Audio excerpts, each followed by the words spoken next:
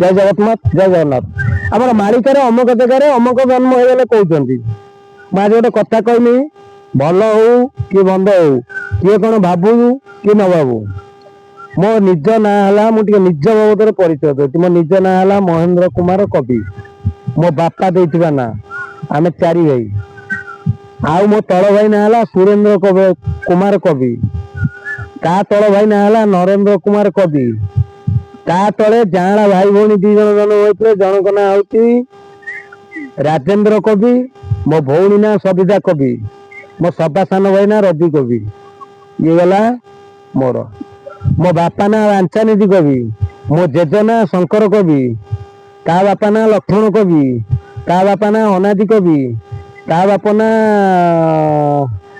ना कौन निराकार कवि ता बापा ना कौन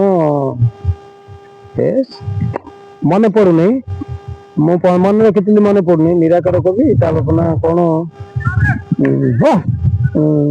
पुण्यस्तर कवि आमर मन नहीं ये गला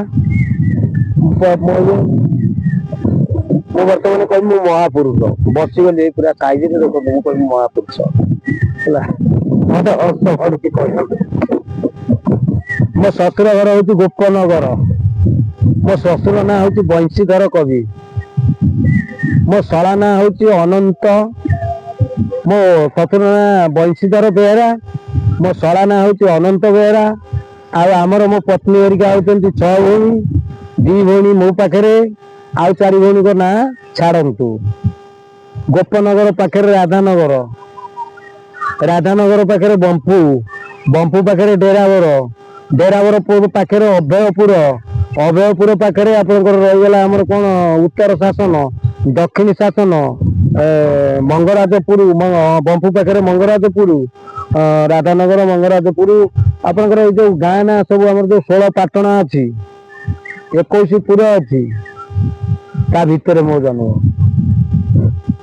मो शशुर ना बंशीधर बेहरा मो शशुर जड़े हम माने नदी सेपट आम जो केलियो नदी तो कहते काली नदी मुझे सब दिन डुब पकाऊँ गाँ जन थे कहीदे हस्ती काली नदी छुआ बेलू गाण आम गाण को ना भी कहीदे परमानंद शरण आपण मैंने जानी थे सी जो कहले छुआ बेले पाला देखुनी कहले यहाँ अतीतर था कालिंदी नदी आगे सरजू नदी जो सरजू नदी आप जो कैवर्त आम पार करुले मुझे कौटी टिके कहवा कथा नुह मुझे खाली कौटी कहीं कहले निजर बड़पण देखा निजर किसी करने आडभटाइज करने सब प्रकार विधिवत व्यवस्था अच्छी हेले मूल कथा जहाँ मु करई जहाँ मु भावई जहाँ मु चिंतई मने जगतर कर्ता परम ईश्वर जानुंट अणुन अच्छा आप देखो से रखा मो बो हरिका होती 5 भौणी मो बो घर हूँ अनुगुल अनुगुल मो मो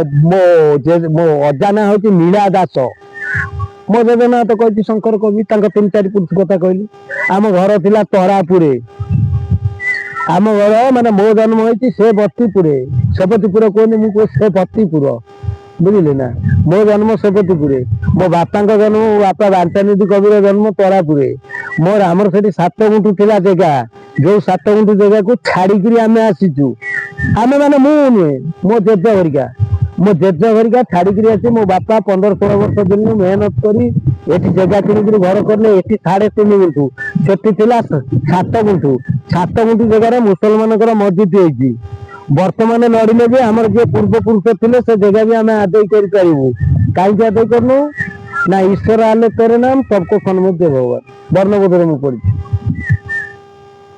से ठाकुर पीठ होती से जो जगह 7 गुंठु आम लड़ाई पड़े करके कौन हो आम महापुरुषों हिसाब से अच्छु ना महापुरुषों हिसाब किताब पर जो अच्छु आम बर्तमान महापुरुषों हिसाब किताब पर अच्छे माने ब्रह्मा इंद्र पद जो आवश्यक नहीं सेठी जदि आम अच्छु आम से जगह कौन पाइबू मो पुओ झील ना भी टे शुणु मो स्त्री ना शुणु मो भौणी ना सविता मो स्त्री ना जनक ना रश्मिता आउ जनक ना अनुपमा पुओ झील 5 पुओ झील 5 भितर पुओ है सागर ता तलू है आकाश ना सागर तले झील ना है कौन ता ना हूँ स्वर्णलता मुझा ना से चेंज कर दे मन इच्छा वर्षा राणी झरणा दे 2 झील ना ସେ କରିଲା ସ୍ୱର୍ଣ୍ଣଲତା, ଆଉ ତା ତଳ ପୁଅ ହଉଛି ଆକାଶ, ସେ 99 ମସିହାରେ ଜନ୍ମ। ତା ତଳ ଆକାଶ ତଳେ ଝିଅ ଜନ୍ମ ହେଲା କିଏ? ଆମର ବର୍ଷା ରାଣୀ। ସେ 2002 ବେଚାରେ ବୋଧେ ଜନ୍ମ ଗଲା। ମୋ ସାନ ଭାଇ ନା ରବୀନ୍ଦ୍ର, ମୁଁ କହିବି ସେ ରବୀନ୍ଦ୍ର ଇନ୍ଦ୍ର, ମାନେ ରବୀନ୍ଦ୍ର ସୂର୍ଯ୍ୟଙ୍କ ଇନ୍ଦ୍ର। ମୋ ସ୍ତ୍ରୀ ହଉଛି ସବିତା।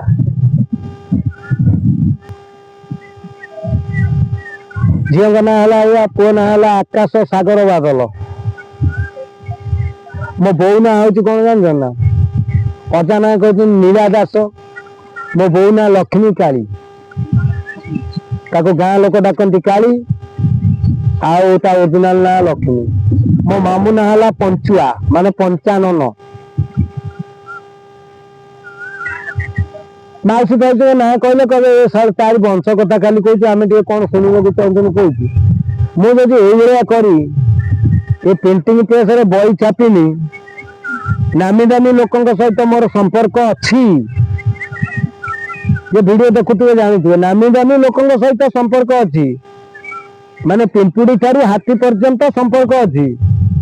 ତାଙ୍କୁ ଟିକେ କହିବି ମୋ କଥାଟା ଟିକେ ବୁଝ, ମୁଁ କାଲି ପ୍ରଭୁ ହେଇଯିବି। ଆସନ୍ତା କାଲି ମୁଁ ପ୍ରଭୁ ହେଇଯିବି। ଭାଇ, ପ୍ରଭୁ ହବା ପାଇଁ ଯୋଉମାନେ ଚିନ୍ତା କରୁଛ, ଟିକେ ଭଲ କରି ଗଭୀର ଭାବରେ ଚିନ୍ତା କର। ଅଷାଢ ମାସରେ ହଉ କି ଯୋଉ ଦିନରେ ହଉ, ଆମର ଗାଉଁଲି ଲୋକ ଧାନ ଉଁସାନ୍ତି। ସିଏ ଖରା ହବା ଦରକାର। ସେ ଧାନ ଉଁସେଇଛନ୍ତି, ତ ଧାନ ପଚିଯିବ, ମାନେ ଉଁସେଇ ଦେଇଛନ୍ତି ମାନେ ଯଦି ଖରା ନ ଖାଇବ, ଯଦି ଉଷୁନା ଚାଉଳ ନ ହବ, ସେ ମାନେ ଆପଣଙ୍କର ଗୋଟେ ସ୍ୱତନ୍ତ୍ର ବାସ୍ନା ହବ। ସିଏ କହୁଥିବେ ପ୍ରଭୁ ଟିକେ ଖରା ହଉ। ଯିଏ ବିଲରେ କିଛି ବୁଣିଥିବ, ଚାଷୀ ବି କିଛି ଅଛନ୍ତି ସେମାନେ ଅସମୟରେ ବି ଯୋଉ ପ୍ରକାର ଚାଷ କରନ୍ତି, ସେ କହୁଥିବେ ପ୍ରଭୁ ଟିକେ ବର୍ଷା ହଉ। ଆପଣ ଚିନ୍ତା କରନ୍ତୁ, ଯଦି ବର୍ଷା ହେଇଗଲା, ଧାନ ଯିଏ ଶୁଖେଇଥିଲା ତା 14 ପୁରୁଷ ନେଇକରି ପ୍ରଭୁଙ୍କୁ ସେ ବେଜିତ କରିବେ। କାହିଁକିନା ଖରା ବର୍ଷା ପ୍ରଭୁ କରନ୍ତି, ସୂର୍ଯ୍ୟ ଦେବତା ନୁହନ୍ତି, ପ୍ରଭୁ କରନ୍ତି। ପ୍ରଭୁଙ୍କ ଇଚ୍ଛାରେ ଯାହାର ଆଜ୍ଞାରେ ପର୍ବତ ତଳେ ବାସୁଛି ସୋଲମତ, ସିଏ କରନ୍ତି। ଆଚ୍ଛା, ଯାହାରେ ଆପଣଙ୍କର ବର୍ଷା ହେଇଗଲା, ଚାଷୀ ମନ ଖୁସି ହବ, ଯେ ଧାନ ଶୁଖେଇଥିଲା ତା ଅବସ୍ଥା କଣ ହବ? ଯେତେ ପ୍ରକାର ଗାଳି ଭଲ ମନ୍ଦ ଅଛି ସିଏ ପଡିବ। ଠିକ ଅଛି, ଏଠି ଅଲ୍ଟରନେଟ କରିଦିଅନ୍ତୁ। ଖରା ହେଲା, ସାଡେ ଯିଏ ଆପଣଙ୍କର ତଳି ଫଳି ଆପଣଙ୍କର ଯାହାଟା ପକେଇଥିବେ, କୋଉଟା ଆମର ଯୋଉ ଗଛ ମଞ୍ଜି ଫଞ୍ଜି ପୋତିଥିବେ, ସିଏ ଜଳିଗଲା ଭଳିଆ ହବ। ସିଏ କଣ କହିବ? ଉଭୟ ପକ୍ଷରୁ ଯଦି ସୋଦା ଖାଇବାର ଇଚ୍ଛା ଅଛି, ପ୍ରଭୁ ହେଇଯା। ମାନେ ଇଏ ଶୋଧିବ, ସିଏ ଶୋଧିବ। ତମେ କୋଉଟା କରିବ? କାଉଁଳିଆ କରିକି ଅଟକେଇ ଦେବ। ପ୍ରଭୁ ଯିଏ ହବ କାଉଁଳିଆ କରିଦବ। ଆଜି ଆମର ଯୋଉ ପ୍ରକାର ପାଗ ହେଇଛି, ବଢିଆ ପାଗଟେ ହେଇଛି, ରଜ ପାଗ, ସେଇଭଳିଆ ପାଗ କରିଦବ। ମତେ ଖାଲି ହସ ମାଡୁଛି। ବହି ତ ଶାସ୍ତ୍ର ପାତ୍ର ତ ଯାହା ପଢିଥିଲି, ତାକୁ ତ ପଢିବାକୁ ଟାଇମ୍ ନାହିଁ। ଚାଲିଚା ପାଳିଚା ହେଇଗଲା ଚାଷ। ଯାହା ଆମର ମାନେ ଶୂନ୍ୟ ପ୍ରଭୁ ନିରାକାର ବସ୍ତୁ ଏମିତି କୃପା କରୁଛନ୍ତି ଯେ ଖାଲି ହାତ ଘଷି ଦେଲେ ସବୁ ଚାଲୁଛି। ହାତ ଘଷିଲେ ଆମେରିକା, ହାତ ଘଷିଲେ ଫ୍ରାନ୍ସ, ଇଟାଲୀ, ଲଣ୍ଡନ, ହାତ ଘଷିଲେ ପିନ୍ଧିଥିବା ନ ପିନ୍ଧିଥିବା, ହାତ ଘଷିଲେ କହୁଥିବା ନ କହୁଥିବା, ହାତ ଘଷିଲେ ଚାଲିଲା। ସିଲଟରେ ହାତ ଘଷିକି, ମାନେ ସିଲଟରେ ଆମେ ପାଠ ପଢୁଥିଲୁ, ଆମେ ହାତ ଘଷିକି ସବୁ ନିଭଉଥିଲୁ। ବର୍ତ୍ତମାନ ହାତ ଘଷିଲେ ସବୁ ଖାଲି ବାହାରୁଛି। ମୋର ନାତିଟେ ଅଛି 3 ବର୍ଷର, ସେ ଖାଲି ଏଇ ହାତ ଘଷିକି ସବୁ ଟିକେ ସତର୍କ ହୁଅ। ସର୍ବେ ହୋଇବେ ଏକକାର, ନଥିବ ବେଦର ବିଚାର। ସମସ୍ତେ ବର୍ତ୍ତମାନ ଏକକାର ହେଇଛନ୍ତି, କିନ୍ତୁ ତାପରେ ଲେଖା ହେଇଛି କଣ? ସର୍ବେ ହୋଇବେ ଏକମୁଖ, ବୋଲିବେ ନାରାୟଣ ଲୋକ। ମଠ ଆଶ୍ରମ, ସାଧୁ ସନ୍ଥ, ଗୁରୁ ଶିଷ୍ୟ ପରମ୍ପରା ଆମର ରହିଛି, ରହିବ। ସେଇଠି ଯେତେବେଳେ ପ୍ରାର୍ଥନା, ଜଣାଣ, ଭଜନ, ଧ୍ୟାନ, ତପ, ଯୋଗ ବର୍ତ୍ତମାନ ମାତ୍ର 20% ଚାଲିଛି।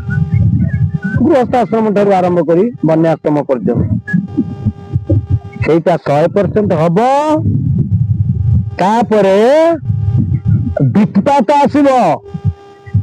ବିପଦ ଆସିଲା ପରେ ମାନେ ନାକରେ ପାଣି ପଶିବା ପର୍ଯ୍ୟନ୍ତ ଭଗବାନ ଅପେକ୍ଷା କରିଛନ୍ତି। ମୂଢ ମାନବ ଅପେକ୍ଷା କର, ତମ ନାକରେ ପାଣି ପଶିବା ଯାଏ ମୁଁ ଅପେକ୍ଷା କରି, ନାକରେ ଯେତେବେଳେ ପାଣି ପଶିବ ସେତିକି ବେଳେ ଡାକିବ। ନାକରେ ପାଣି ପଶିଲା ଇଏ ବୋଦା ଯେମିତି ପୂଜା ହେଲା ଭଳିଆ ବଳି ପଡିବ ଆଗକୁ, ଆମେ ପୂଜା ହଉଛେ, ଖାଉଛେ, ପିଉଛେ, ସିନ୍ଦୁର ନାଉଛେ, ବେକକୁ ଟେକିକି ନେଇ ହଳଦଳି ପକଉଛେ। ସାଧୁ ସନ୍ଥ ମାନେ ଟିକେ ଏଇଭଳି କଥା କହିକିରି ନିଜକୁ ଟିକେ ଛୋଟ କରିକିରି ଟିକେ କୁହ, କେହି କିଛି ଶିଖିବେ। ଖାଲି ପ୍ରତିଯୋଗିତା କଲେ କଣ ହବ? ମୁଁ ବଡ, ମୋର ଏତେ ଅଛନ୍ତି, ମୋର ସେତେ ଅଛନ୍ତି। ଏ ରାଜନୀତିରେ ଯେମିତି ଆମର ସିଟ୍ ପାଇବା ପାଇଁ ଯୋଉ ପ୍ରକାର ବେପାର, ସାଧୁ ସନ୍ଥ ପାଇବା କଣ ସେଇ ପ୍ରକାର ବେପାର।